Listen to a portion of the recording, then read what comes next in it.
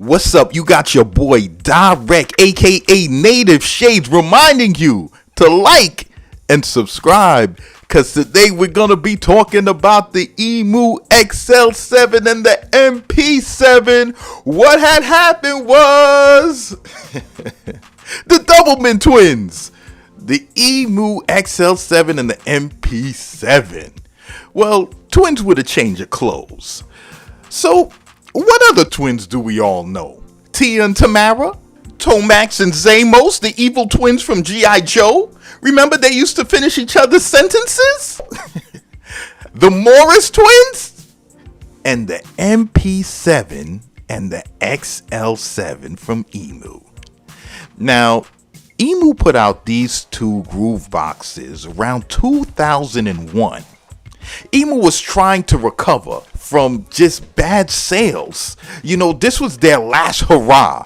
They said, listen, we're gonna throw everything plus the kitchen sink. If this doesn't work, we're done. Remember those wacky wall crawlers that you throw on the wall and then they start climbing down? That was Emu right there, you know? He just threw it at the wall and you was hoping it stuck. But I think just like when the stick runs out of those wall crawlers, you throw them on the wall and they just hit the wall and fall on the ground. You know what I'm saying? After a while. But this is what Emu was going through. No longer were they reaping the benefits of the SP1200 and the SP12. You know, they kept them things going for like a decade. But, you know, time ran out. Technology started advancing. We entered the 2000s. We're here now. It's here. The ball dropped.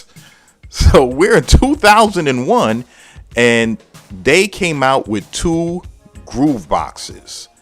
And these groove boxes was supposed to revive the company and get them right back on track, on par with the Akai MPC. And the groove boxes offered a lot. You had 13 velocity sensitive pads with aftertouch. You had a built-in synthesizer. You had a ton of effects.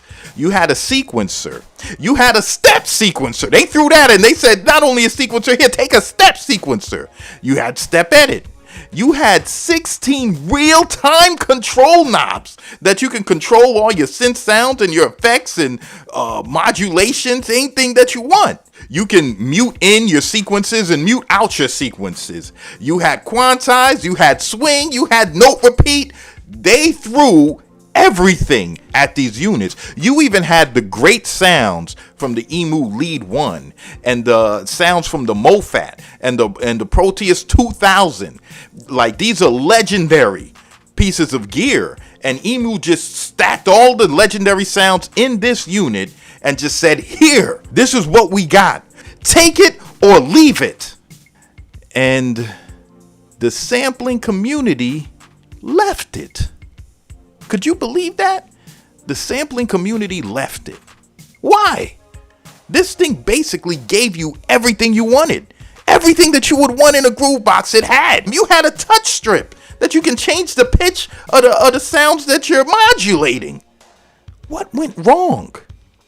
Well, Emu forgot one critical thing. And hindsight is 2020, and maybe if they would have known this, it would have changed the spectrum of history with this joint. But Emu didn't put a sampler in this unit. They did not put a sampler, and that's what affected the Xl7 and the Mp7. Now you gotta remember, this is 2001. Old school R&B acts and newly graduated attorneys were chasing hip-hop artists more than the police was at that time. They would be knocking on the door. Open up! Open up! You're like, what? They're like, yeah, this is attorneys! We're attorneys! Method Man will wake up out of his sleep, like, yo, what's going on? And they're like, on your song, Bring the Pain, verse 1, bar 3, beat 2, you sampled a millisecond of the Bee Gees. We want our publishing. Sampling was so heavy that these hip-hop attorneys were chasing hip-hop acts left and right. And they were just freshly graduated out of law school. You know what I'm saying? From Sue U University. When they graduated, they were running out of the campuses screaming out, "Sue you! Sue you!" That was their gang. Sampling was real heavy at the time, and because EMU didn't put a sampler in these units, they missed the boat. So, what's my opinion of the EMU command stations? These two units are nothing short of incredible. These are two incredible workstations. You had a synthesizer that gave you amazing oscillators, amazing modulators, LFOs, amplifiers. You had a built-in arpeggiator that you could sync it to the tempo and BPM of the track. You know what I'm saying? You know how the MPC 2.1 update just gave us Portal Mental Glide? This joint has Portal Mental Glide already. All you gotta do is on the touch strip at the bottom left of the unit, right on top, just click glide and you can woo woo woo and do all those fly glide effects y'all love.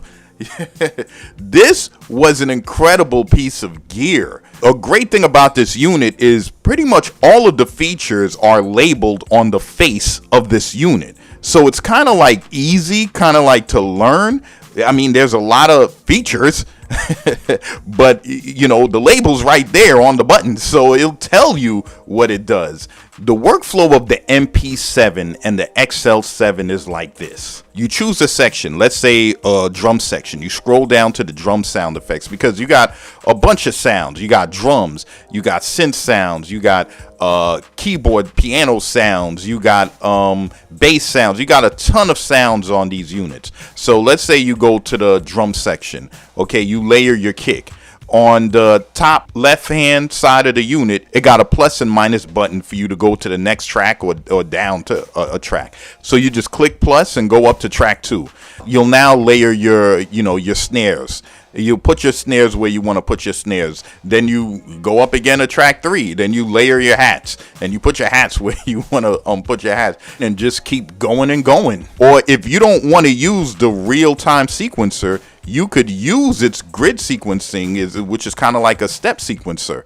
So you have all these step buttons to the right, and they're basically labeled through the step. You got a 16-step sequencer. So, back on your kick track, just click the step where you want it to trigger. So you could click it on the first step and the 7th step. So now on the first step and the 7th step, you're going to hear your kick. And then go up the track to the snare track. Put that on the 7th and let's say the 14th. And then you're going to hear your snares on the 7th and the 14th. And just keep going. You know what I mean? To the left, you got 16 real-time controls.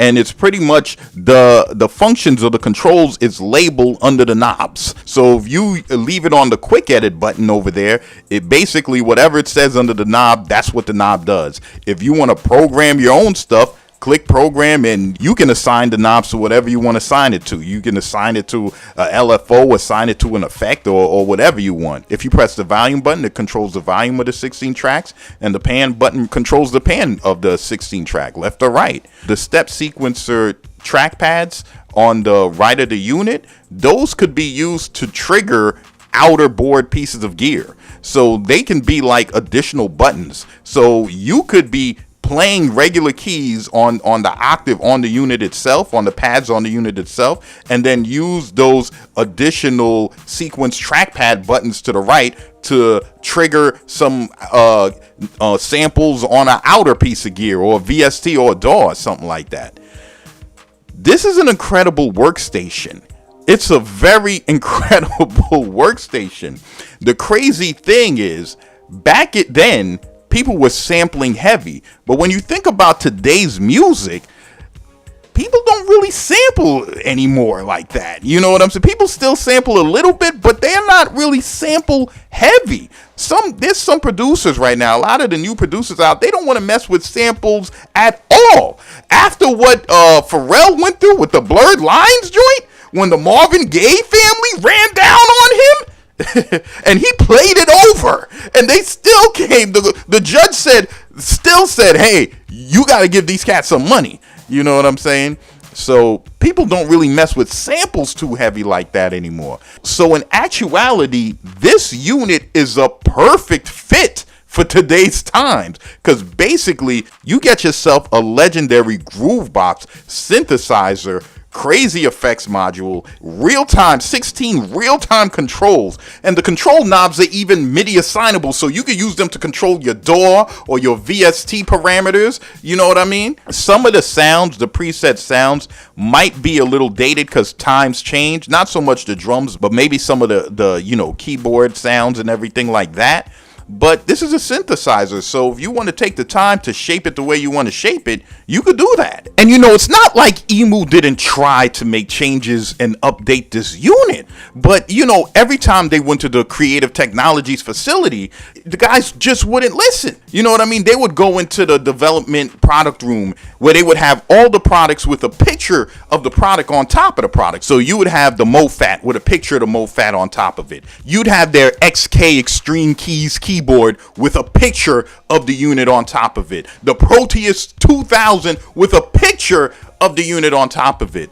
But when it came to the command stations, you know what picture they had?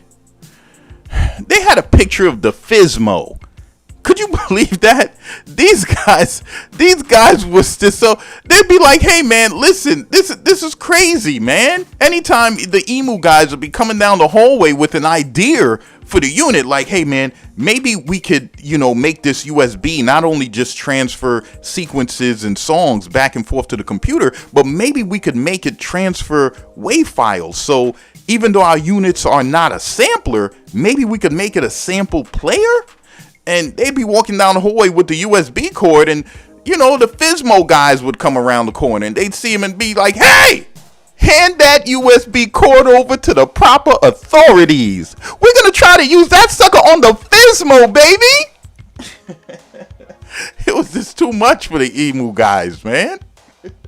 When the Emu command stations came out, they was about $700. Pretty good price. And they actually dropped it down to $450 after a couple years when Emu was going through some financial issues. You had a couple dope producers that used the sounds on the joint, like DJ Tomp or Shorty Red. RZA had 2 of the units, you know what I'm saying? You could actually find them now for a decent price. It's like a mixed bag with the pricing on the unit. Like sometimes you get them for $400, sometimes it's $1,000. So you know what I mean? So yeah, that's the Emu command workstations, the Mp7 and the XL7. What had happened was, so this is your boy Dyreck, aka Native Shades, reminding you to go down low in the description and pick up that new Native Styles drum kit, the drum kit that's giving you the dope, authentic sounds for your production. You getting more kicks than a baby in a mother's stomach, more loops than 90s hip hop, more hats than the MAGA cats. So this is your boy Dyreck, aka Native Shades, reminding you to like and subscribe. And I'm signing off.